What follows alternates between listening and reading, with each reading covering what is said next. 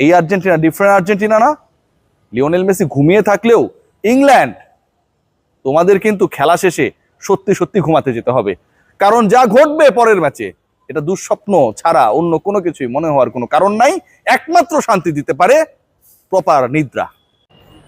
আর মাত্র 48 ঘন্টার মতো বাকি লিওনেল মেসির আর্জেন্টিনা ভার্সেস ইংল্যান্ড। ফকল্যান্ড নিয়ে যেই দুই দেশের মধ্যে যুদ্ধ চলেছিল একটা বড় সময় ধরে, 86 বিশ্বকাপকে কেন্দ্র করে ইংল্যান্ড আর আর্জেন্টিনার মধ্যে ফুটবলীয় যে বিরোধ ক্রিয়েট হয়েছিল সেটা যেন আরো নতুন করে মঞ্চায়নের অপেক্ষায় 40 বছর পরে।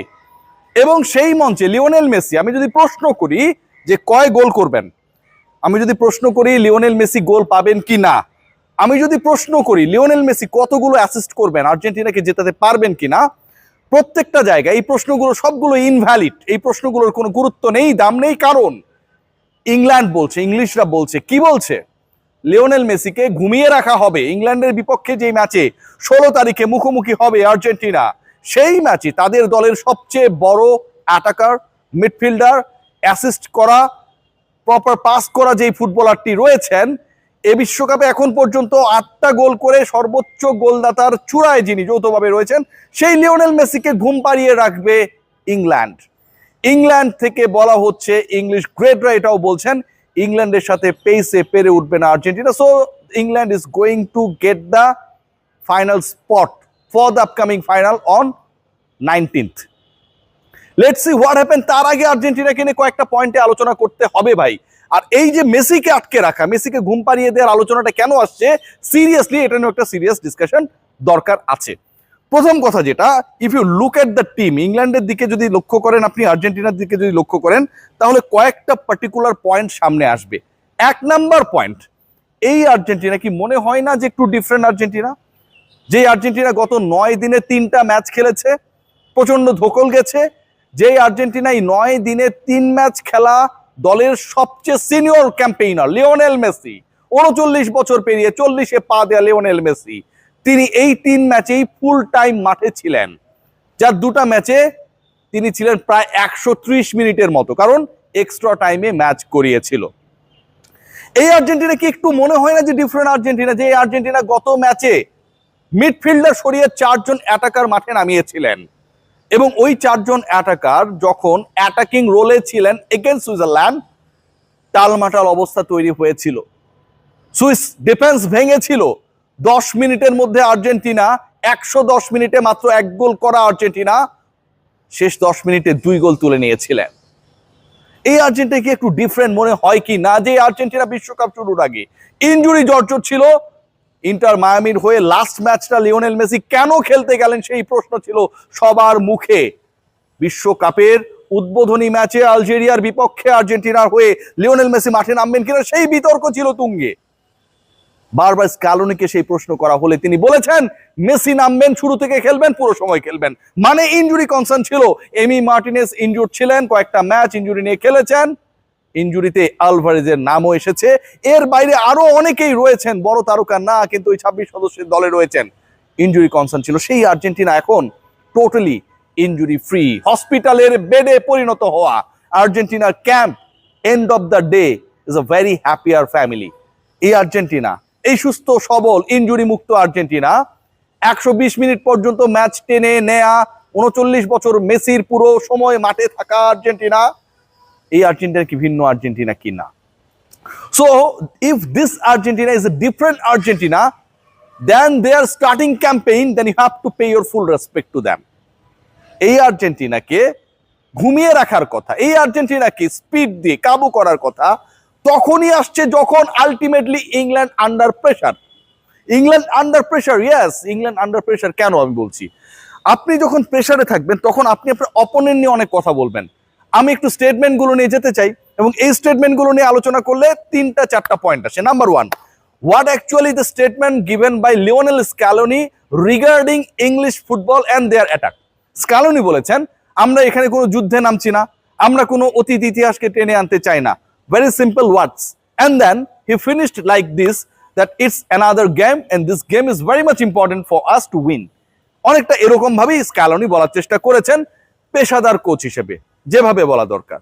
আর্জেন্টাইন কোনো গ্রেটকে দেখেছেন যে ইংল্যান্ডকে দুমড়ে দেবে, মুচড়ে দেবে, তাদেরকে বোতলবন্দি করে রাখবে, বেলিংহামরা গোল করতে পারবে না, হ্যারি কেইন যত বড় আলো জ্বালাক না কেন ইংল্যান্ডের স্বপ্নের বাতাসে সেখানটা আসলে তার কোনো কাজ আসবে না?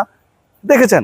দেখেন নাই। বাট ইংল্যান্ড থেকে বলা হচ্ছে, ইভেন এই হ্যারি কেইনও এই আলোচনায় এসেছে, তিনি বলেছেন যে আমরা আগের ম্যাচেসগুলো আমাদের অ্যাজ পার অ্যাবিলিটি খেলতে পারি নাই।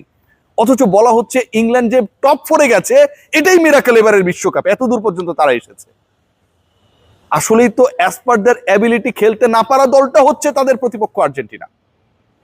যেভাবে আপনি এক্সপেক্ট করেন এভরি ডে আপনি লাস্ট মোমেন্টে উইন, শেষ আধা ঘন্টার ক্যামিও, বদলি হিসেবে সুপার সাব ফুটবলারদের গোল, লিওনেল মেসির অ্যাসিস্ট্যান্স, এই যে ঘটনাগুলো ঘটে লাস্ট 20-30-15 মিনিটসে, এই ঘটনাগুলো কি ইন্ডিকেট করে দ্যাট আর্জেন্টিনা তাদের আগের সময়টা প্রপার ফুটবলটা খেলতে পারে নাই।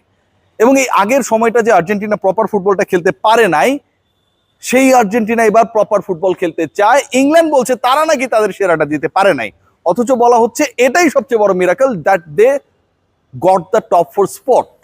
সো ইংলিশরা they are under pressure. You forget about your nation, your players. You just think that someone like Lionel Messi, someone named Lionel Messi, তিনি হচ্ছে আপনার বিপক্ষে খেলতে নামবেন। এবারের বিশ্বকাপে একটা দলকে একলা পায়ে, একলা জাদুতে, একলা হেঁটে চলায় এভাবে টেনে তুলেছেন যেই ফুটবলারটা, যাকে ভয়েড করে দেওয়ার একটা প্রবণতা ছিল অনেকের মনে, সেই লিওনেল মেসি আর্জেন্টিনার হয়ে মাঠে নামবেন। এন্ড আপনি ইংল্যান্ড, আপনি আন্ডার প্রেশার। যখন আপনি বলবেন লিওনেল মেসিকে আমরা ঘুম পাড়িয়ে রাখবো, মানে আপনি আন্ডার প্রেশার।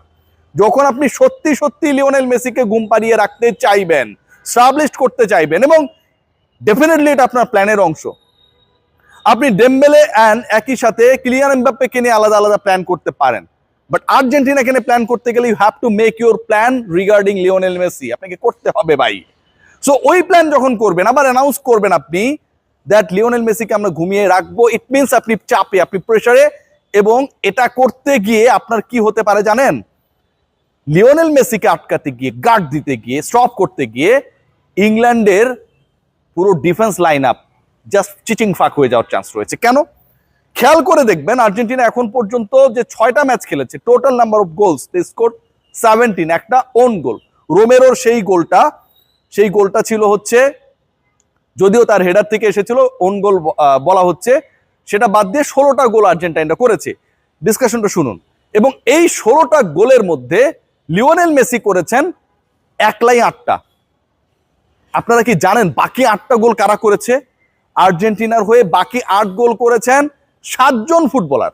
7 জন স্কোরার রয়েছে আর্জেন্টিনা দলে এক্সেপ্ট লিওনেল মেসি, এবং আর্জেন্টিনার এই 16 গোলে ওই 7 জন মিলে 8টা গোল করেছেন। মানে ক্যাপাবিলিটির জায়গাটা এখানটায়। ম্যাকঅ্যালিস্টার গোল করেছেন, রোমেরো গোল করেছেন, আলভারেজ গোল করেছেন, মার্টিনেজ গোল করেছেন, লো সেলসও গোল করেছেন। যারা গোল করেছেন এই তারা দে আর ক্যাপেবল টু স্কোর। একটু অন্যভাবে দেখি, আর্জেন্টিনার হয়ে স্কোর কে করবে, এটা যখন সবচেয়ে বড় প্রশ্ন মেসি ছাড়া, ঠিক তখন আর্জেন্টিনার হয়ে গোল করার, স্কোর করার জন্য মেসি ছাড়া আরো 7 জন অলরেডি তাদের প্রুভ করে দিয়েছেন। এই আর্জেন্টিনা ডিফারেন্ট আর্জেন্টিনা না? লিওনেল মেসি ঘুমিয়ে থাকলেও ইংল্যান্ড, তোমাদের কিন্তু খেলা শেষে সত্যি সত্যি ঘুমাতে যেতে হবে। কারণ যা ঘটবে পরের ম্যাচে, এটা দুঃস্বপ্ন ছাড়া অন্য কোনো কিছুই মনে হওয়ার কোনো কারণ নাই। একমাত্র শান্তি দিতে পারে প্রপার নিদ্রা।